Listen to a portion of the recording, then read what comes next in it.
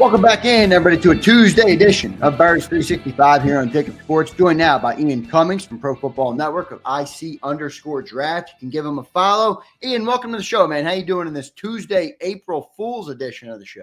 Yeah, doing good. I didn't even realize it was April Fool's, actually. So that's Yeah. a fun little wrinkle there. I've been busy catching up, getting the top 10. I prepped you, Ian. I saved you for the inevitable encounter you will have later in the day today. I appreciate you, because I would have been caught totally off guard by that. So that's good. That's good. But, aside from that, the NFL draft, plugging along, working on my top 10 list. I was working on offense last week, finalizing those positions. And now we're going to defense this week, and a lot more tape watching. You guys know, like, you got to watch 2, 3, even 4 times to get a full understanding of a player. So that's kind of where we're at, crossing our T's, dotting our I's, but having a lot of fun doing it. Yeah, I don't know if it's as easy to play the April Fool's game during the draft, because, if someone says, oh, Jihad Campbell's going to be the number 1 overall pick, I don't think you're going to buy it. So. It's smoke season, so it's the perfect time to do that, That's like true, just any random rumor that you want to throw out there. Exactly. Like this is the day to be extra vigilant. Now, when we talk about the Eagles and random rumors about the particular draft, it generally is this year about the defensive front, the offensive line. So I guess we'll start there. 32nd overall, we had you on before, but I want to get your update as you continue to go through it. Not that top 30 visits are everything, but the Eagles have a history of inviting guys in and not only drafting them, but also down the road, Kenyon Green, they brought in for a top 30 visit, ended up trading for him this year. Dorian Thompson-Robinson, they had in for a top 30 visit before he was drafted.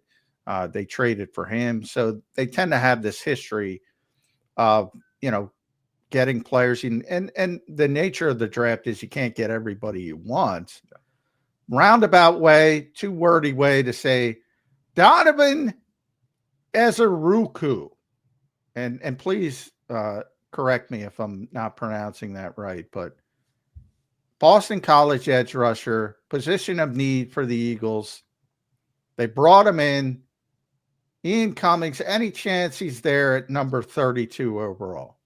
I think there is a chance, and I believe it's Donovan Ezeruku. That's how I've been saying it. I need to refresh on my pronunciation as well. But Donovan Ezeruku, however you say his name, like, the dude is a baller. Like, he was one of the most productive pass rushing threats in college football for a couple of years running now. And I think, going back to his early days at Boston College, I think it was his second year, he broke out as a producer right away. So I think it speaks to, how quickly he gets things. And, he's really a student of the game when it comes to his hand usage and execution. With him, I think making it to 32, it's going to be a matter of how teams stack up that edge group. He is kind of in a cluster on my board with guys like James Pierce Jr., with Braden Swinson, who I think is really underrated. He's a fringe first-round guy for me. Princely McMullen from Ole Miss. There's a few others. Michael Williams is a little bit higher than them, but kind of in that late first cluster too. So how the board falls is going to be really interesting for that particular group of edge rushers. But what Ezeruku has that they don't, again, goes back to that pass rushing ability. I think he's one of the most productive. He's got probably one of the deepest pass rushing bags. He's got, a cross chop, a double swipe, a spin move on his counters, right? And he's 6'2". He's around 250 pounds. So he's really well leveraged. He's got pretty good compact mass and play strength for his size. And then he's got over 34-inch arms too. So he can outreach guys. Yeah. He can use, it's a very, very unique combination, but it works really well in the trenches when you have that combination of natural leverage and proportional length. The biggest thing for me with Ezeruku, he's got really good bend,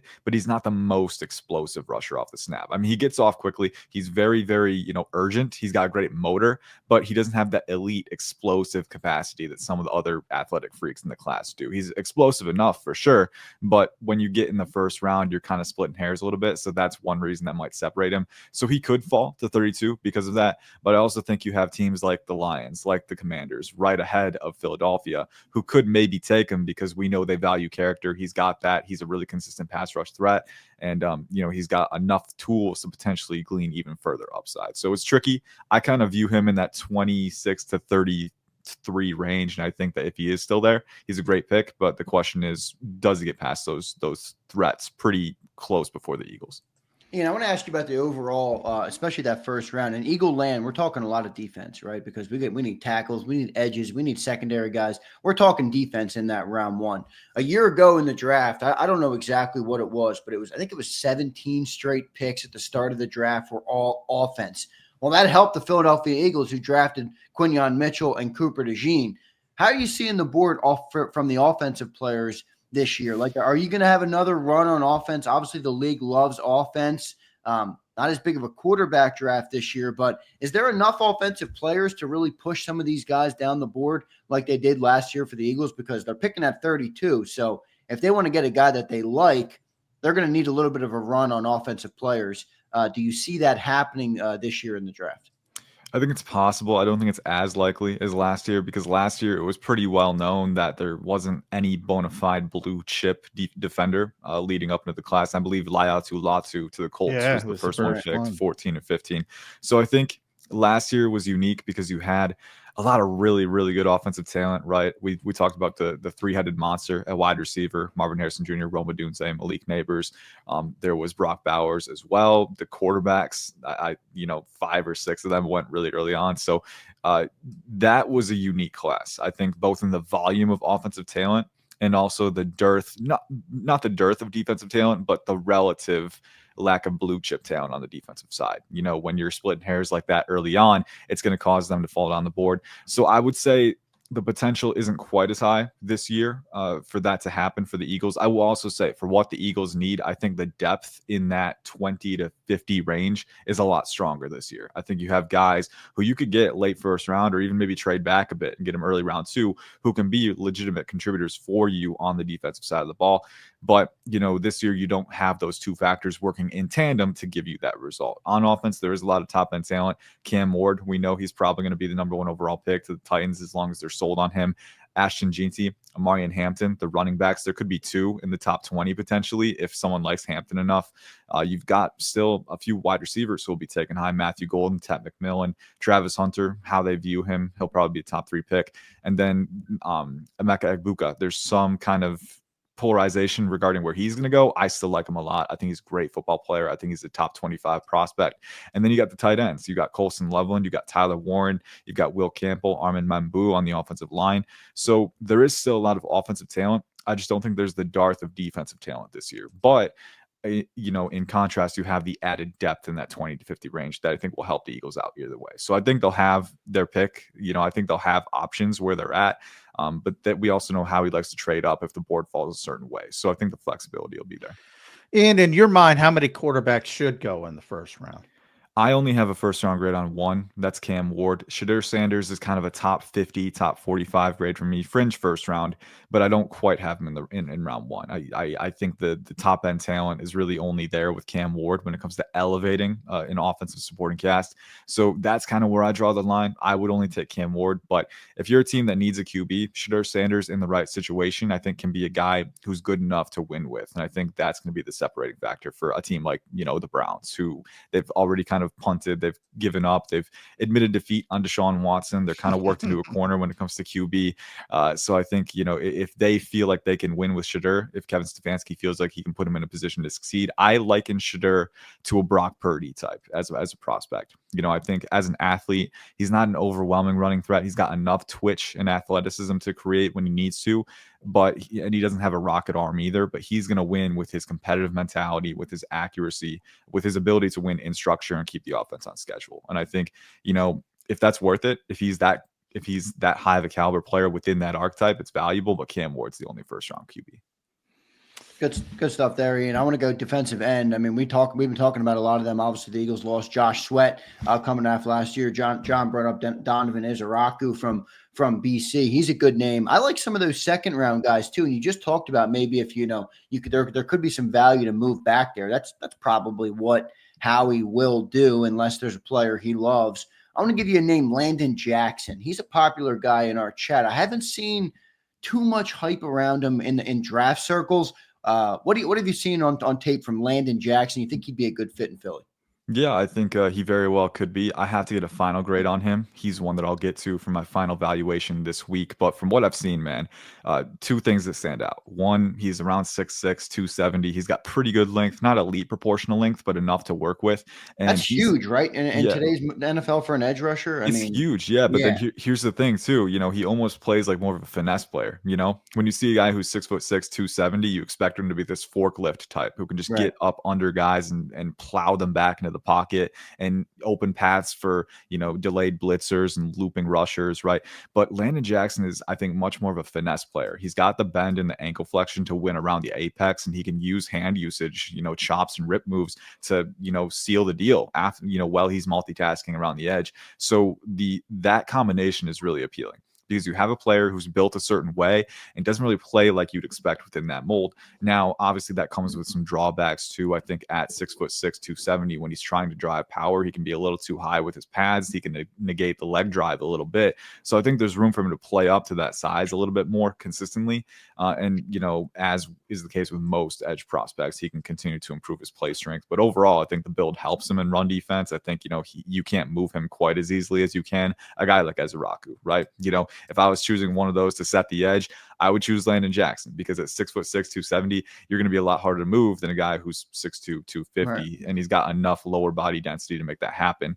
I think for Landon Jackson, the key has always been consistency. And I think he improved that in 2024. In 2023, he had that 3.5 sack game against Alabama and then didn't really do much the rest of the year. I think you saw more from him this year. But, and again, I'll have to cross check and finalize. But I like the player. It's just, does he have a fully translatable skill set when you're that tall and you don't have that elite proportional length and leg drive to drive power consistently? Because power wins at the NFL level. We can talk about explosion. We can talk about bend, hand usage, and hand usage is very important too. But I need him to play up to that power profile more often from what I've seen. So I like him a lot. I think he'll land in my top 50, but for the Eagles, it's all about translatability. Yeah, I'm with you because I've talked to Lane Johnson, Jordan Mailata over the years. Power is like they want just speed guys. They'll take care of them. So if you can have that power to combine with that speed, it's very, very important. One guy that intrigues me, we'll keep it on the edge, and you may have not gotten to him, Ian, but this guy is, to me, there's a vast range of where he could go, and I'm giving you a difficult name. Femi Oladejo from UCLA used to be an all-ball linebacker. They moved him to the edge, so you have not a lot of sample size, but he seems to have this big ceiling from an NFL team's perspective. But there's uncertainty. Can he do it long term? Where are you with this particular guy? I'm like day 4, day 3, 4th round. He's the kind of guy you go to sleep after day 2 and say, if he's still there, I'm going to go up and get him at the top of the 4th round. Or is he completely blown up and he's going to be a day 2 pick? Yeah, I will say, waiting to get him in round 4, I don't know if he's there in round 4. I don't know if he's there in round 3, to be honest with you, because he's a really high upside player. And the buzz is that he's rising up the board pretty quickly. And I think some teams may have him in that top 50 cluster of edge guys that we've been talking about with Landon Jackson, with Prince. See, I can't take him there, but I agree with you. I can't take him that high. But and that's kind of where the variance of the boards comes in. Like how do you feel about a certain player? I'll throw in a juxtaposition, and my friend Devin Jackson on Twitter actually made this comparison, I think last week, with Femi Oladejo. Jalen Hunt was kind of an interesting comparison, right? Just from a thought exercise perspective, right? Because Jalen Hunt was a player who was a safety. He started as a safety. He was playing off ball sometimes. He didn't really have an orthodox natural progression as an edge rusher, but the tools were there. You could see the translatability with the explosiveness and the bend at his size. And the Eagles took a chance on him, and down the stretch, he gave them some good reps. And I think there's a lot of upside there as at least a rotational rusher, maybe more. But I think Femi Oladejo kind of fits that similar mold where he's hasn't been a traditional edge rusher for a long time. But you can already see how his explosion, how the bend, he's around 6'3", over 250, 33-inch arms. So he's got the compact mass and the really well-built frame that you're looking for. He's shown that he can generate speed to power with that frame. He's got a hot motor. He can shorten the corner. He can rush beneath the apex, reduce the surface area, all of those things. And ultimately, too, I'm a big fan of this. And guys, when they have that off ball kind of background where they can disguise rushes too. They can be kind of a guy, a mismatch piece who confuses the offense pre-snap. He can drop into coverage if you need him to because he has that experience, or he can rush gaps after a quick delay.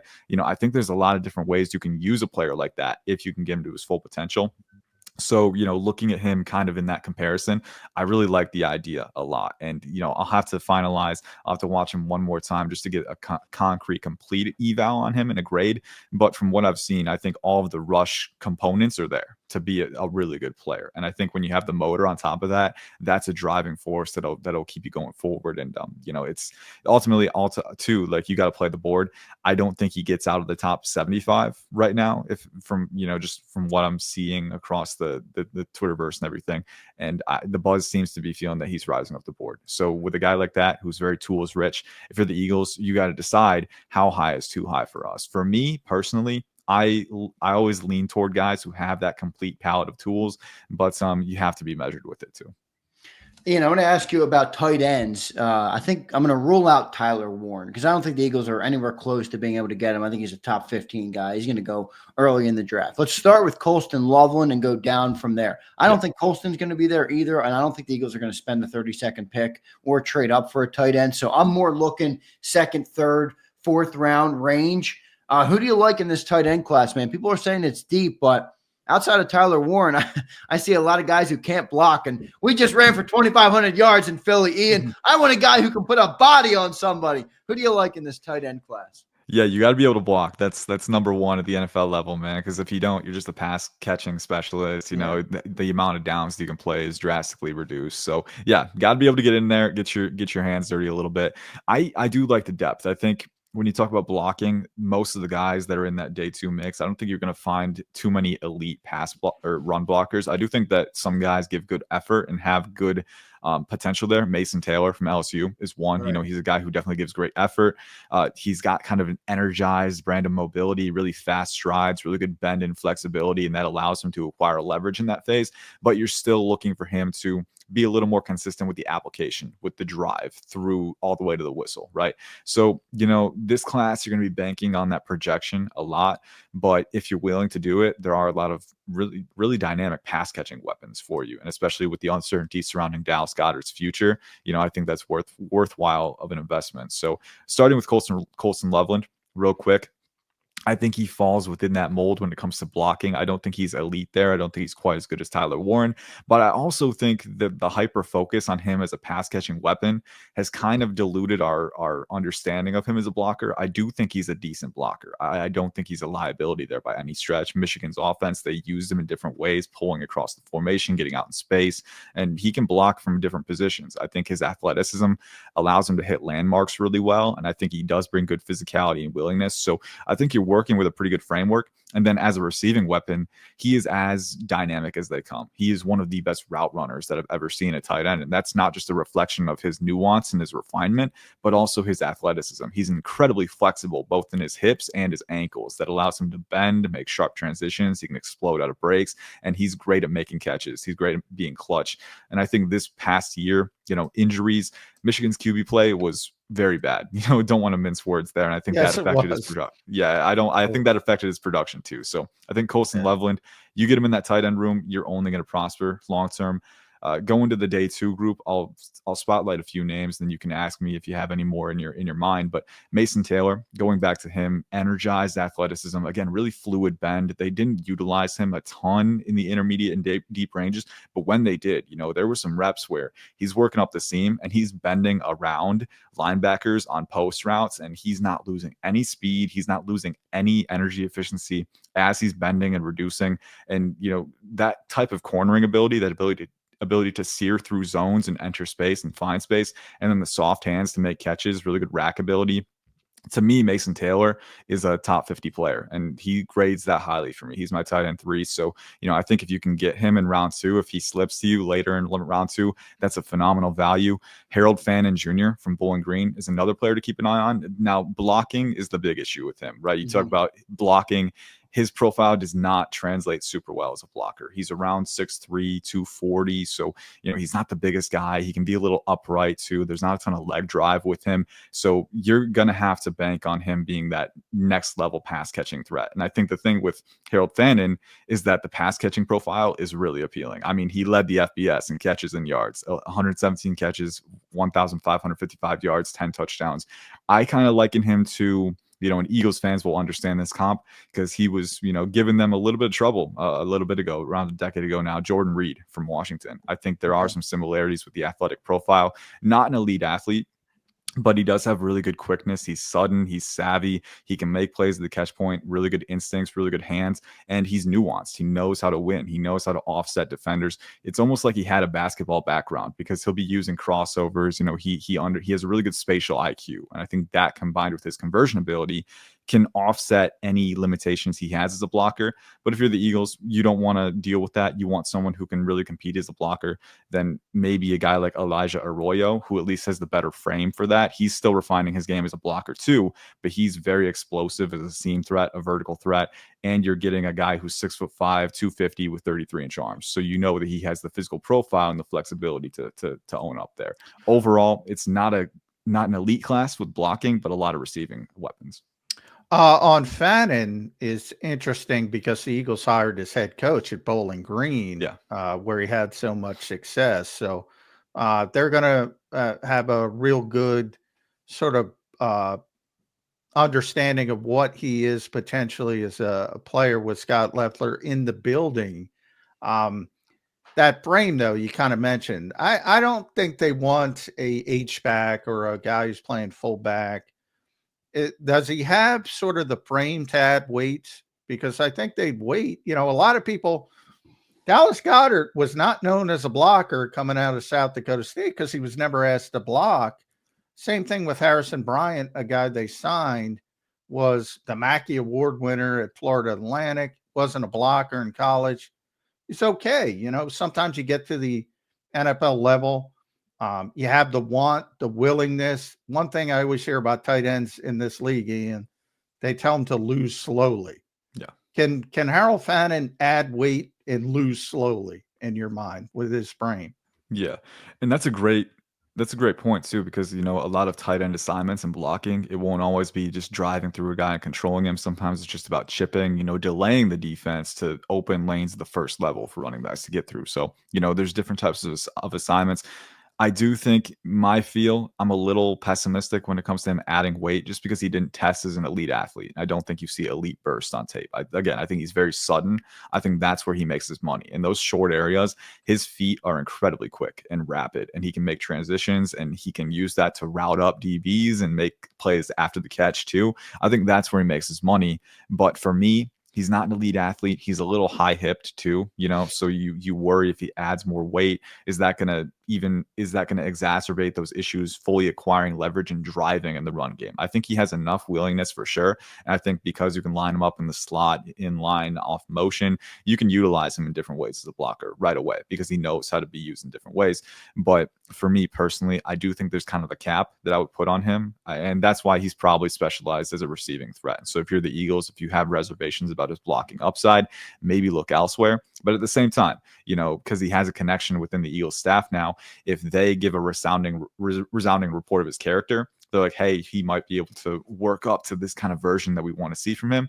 They could take that chance. Me personally, I'd be pessimistic, but I can see reasoning for another stance as well. One more name that I forgot to mention at tight end, my tight end 4, who, if you're looking for blocking, I think he might be one of the best blockers of this kind of, day 2 group. Terrence Ferguson out of Oregon. I'm a big fan of this guy. He tested incredibly well. He's a big player. He's athletic. He's explosive. I think he's very nuanced as a route runner. He's got pretty good hands. I think, of this group, probably the worst hands because focus drops can be an issue at times. But if he can correct that, he's got pretty good instincts. He gets his body positioning in the right spot. It's just a matter of converting consistently when tacklers are bearing down. But he's shown that he can. He's a pretty good rack threat.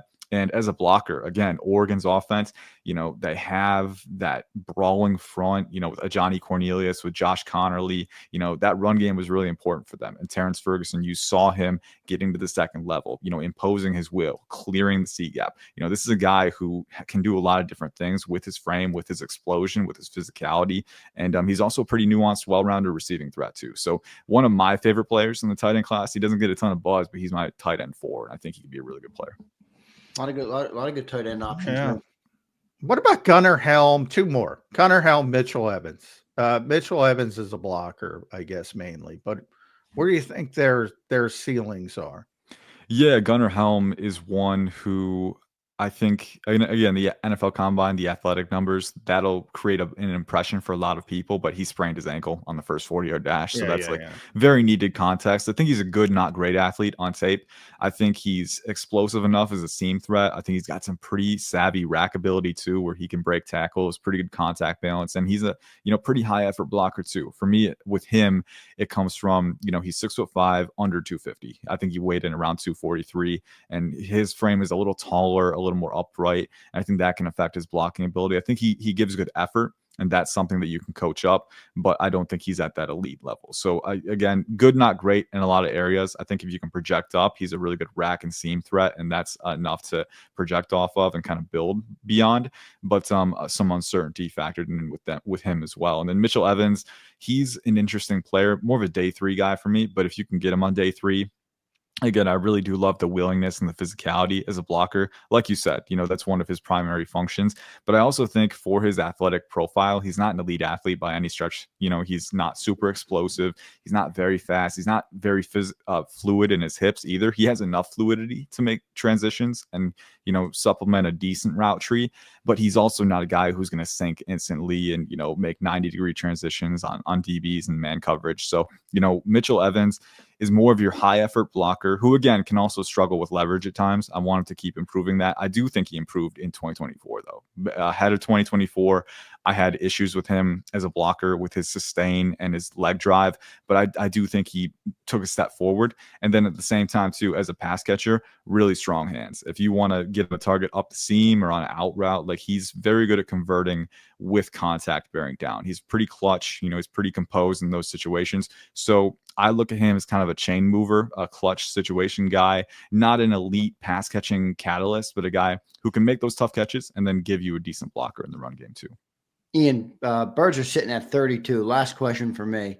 I know you said you only have 1 first-round grade on quarterbacks, but if the NFL listened to you, they that's not what they do. They draft quarterbacks in the first round.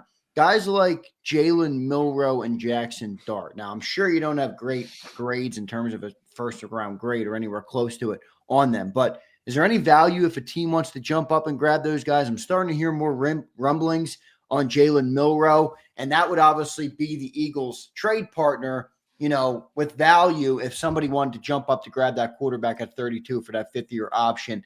Do you see that happening, or do you think teams are going to be out on those guys?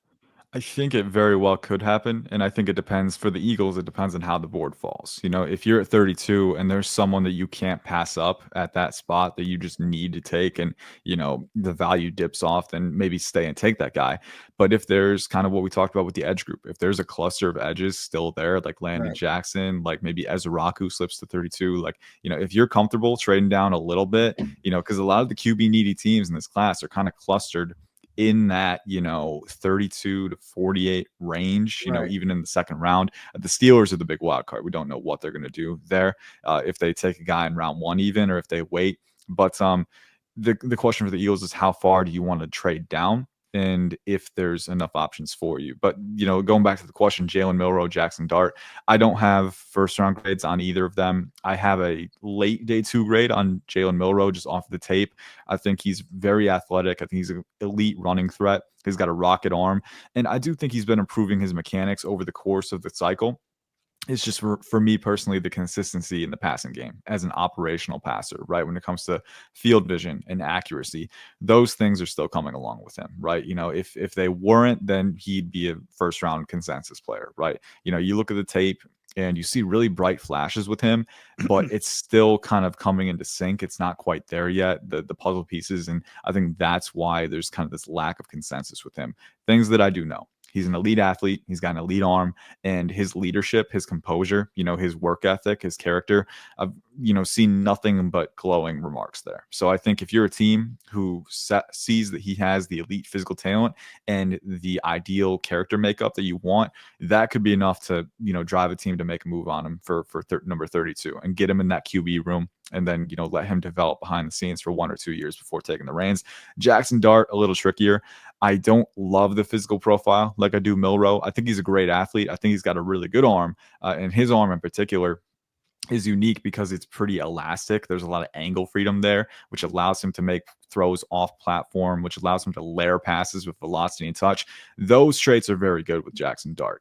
The problem is the Ole Miss offense, not super translatable. He wasn't often a multi-read thrower. You see a lot of first read, drop his eyes and run. And he's a very competitive runner, but you want him to be more self-sufficient in structure. And right now, I think, we were looking for more consistency. We were looking for more independence. And I don't think we ever saw that from him down the stretch. So my money, if I were an evaluator, would be on Jalen Milroe. I think the combination is there more than it is for Dart to be a potential first-round player. But, we don't know. Teams sometimes fall in love with guys. And Jackson Dart is a really, really easy thrower. I do think the mechanics come a little more naturally for him. And he's a competitor too. So it'll be something to see. But I think for the Eagles, you stand pat if there's a player you can't pass up on. But if there is enough depth in that top 50 range, maybe you make a move, get some capital, and get a solid player anyway. Yeah. Ian, great stuff, man. 23 days away from the NFL draft. It's like the Super Bowl for you draft guys. So we'll be locking in, and maybe we'll talk to you one more time before. If not before, we'll get you up after, see who the Eagles picking, and we'll get your breakdown on those guys. So, Ian, thanks for joining today, man. We appreciate it. We'll talk to you again soon. All right, brother? Yes, sir. Thank you, Xander. Thank you, John. All right, thanks, bud. From Ian Cummings from Pro Football Network. Make sure you guys follow. I love Ian. I got to get more angle freedom. I love the terminology, angle freedom. That was great right there from Ian Cummings. So make sure you guys follow him at IC_draft. He's one of the best in the business. And John, there you go. There was the Brock Purdy comp for Shedeur. We've been talking about that on the show for a while. So Ian's gotten a lot of.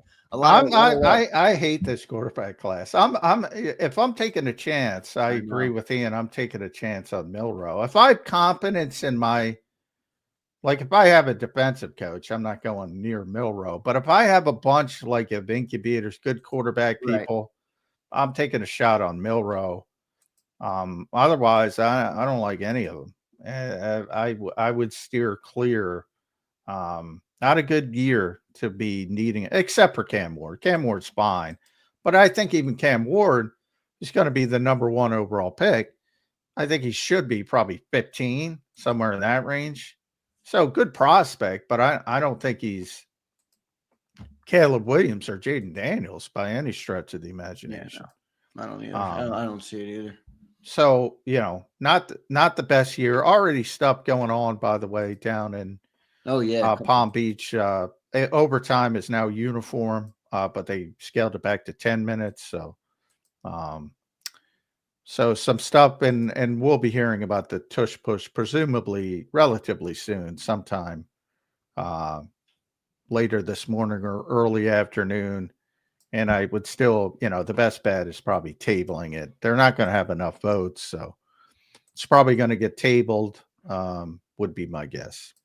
We'll see what ends up happening there. I think they also, did you mention that they passed the replay thing too? Yeah, I mean that's more about picking flags up. I don't think that's, but they did pass it, and that's certainly I for some reason they don't want to go to a full-blown sky judge. I think it's gambling related. Yeah, what is the reason? I think it's gambling related. They want stuff going on the field, not New York, for perception reasons. Everything about this league is about perception. I'm like, who gives a shit? Just get it right. Now, if you look at the college game is interminable. I mean, if you want to watch a college football game, you got to carve out 5 hours of your day. So the part of it, is that as well. But I think mainly it's about not wanting the perception that everything is going on in New York, and then all the conspiracies start, yada yada. But yeah, I mean, anything that helps them get more plays right, but making things easier instead of over legislating things would help out the officials, who I think for the most part, actually, I'm on a very small minority, for the most part, do a pretty damn good job considering what they're tasked with doing. Yeah, there's a million rules they got to remember on the fly in the heat of the moment in a given second and pick up on. I'm actually in your boat where I think the officials do some good. I think they do a decent job, but they're human. I mean, people want them to be perfect. They're not going to be perfect, and that's part of the game. But here we go. More rules. John's favorite time of the offseason. The NFL is creating more rules, everybody, for all the rules that they have and all the textbook of rule book that they have. And then the funny thing is, like, they changed the overtime rule, and now 2 years later, they're changing it again. Yeah. Could have kept sudden death. Kickoff's coming soon, too. The kickoff thing was a joke this year. It was so stupid. What did that do? Well, they had a little bit more. But, if you go back to last year, I said they wanted to do it last year at 35 yards where the touchback would bring it up to the 35. And I thought that would have a big impact because that's too far. But they weren't going to be able to pass that. So they scaled it back to 30. And they were able to pass it. And at some point, most teams said, you know what? Let's just kick it out of the end zone. Still, kickoffs were up. Now they revisiting again. Now they want to put it back to the 35. And I think that would really help if you want kickoffs back in the game. And this time they can get a pass. So all of this is sort of same thing with the tush push. There was an example of they didn't table it, but they compromised to get it passed. Now the rule's in. Now it's easier to change, move it up to the 35. It'll probably pass today. Constant bullshit legislation with this league. Should have kept it at sudden death. Not that it's perfect, but it worked for a long time. And then a couple whiners said, Josh Allen needs the football. Why does Josh Allen need the football? Why didn't 100 other quarterbacks? Why is it about Josh? That's what I mean. You can't listen to whiners in the moment. And whiners they did. Done. If you haven't picked up by now, whiners run the world, brother. They run everything. They run the leagues. They run the government. They run everything, John. It's the whiners world. We're just living in it, dude. Squeaky wheel gets the oil. Yeah. I mean, shouldn't, but they do. Yeah. I'm trying to think of how this goes, though. Why do we have resolution on two of the things, but not the tush push? Like, are they not rapid fire voting? Are they voting on this or voting on the other thing later? Oh, they was 32-0 on overtime. I mean, they're getting the stuff that they have in the pocket ratified. Right. That's not a slam dunk, to say the least. So that's part of the difference. Yeah, it was 32-0 to change overtime. Good stuff there. Johnny Mac, your final thoughts on this Tuesday edition of Birds 365, an April Fool's Day edition. The show is canceled, everybody. There'll be no Birds 365 tomorrow. $9.99 tomorrow it is. 1,000. No, we're canceling it at $9.99. There's no 1,000 shows, Johnny Mac. All right. We're done. That's tough. Kidding. April Fool's, everybody. We made it. Wouldn't surprise me, but we've made it to $9.99. Can we make it to 1,000? Got to stay tuned. Will we be here at 8 a.m.? I think so. Johnny Mac, great show, brother. We'll talk to you presumably tomorrow on Birds 365. Thank you, brother. All right. Thanks, everybody. All right. There's Johnny Mac. John McMullen, the #1 Eagles beat reporter in town. Give him a follow at JF McMullen on the X platform and read all his work at sportsillustrated.com. Does a great job